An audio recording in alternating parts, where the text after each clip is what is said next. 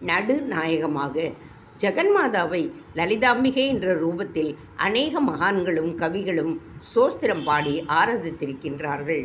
துர்க்கை, காளி, அன்னபூர்ணேஸ்வரி, புவனேஸ்வரி, இன்னும் பல ரூபங்கள் அவளுக்கு உண்டு.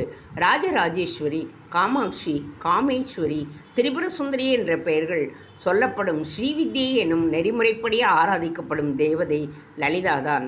லலிதா சகஸ்ரநாமம், லலிதா திரிசதி, லலிதா அஷ்டோத்திரம் என்றெல்லாம் அந்த பெயரில் ஸ்ரீவித்யின் அதிதேவதைக்கு நாமாவளிகள் இருப்பதை பார்க்கின்றோம்.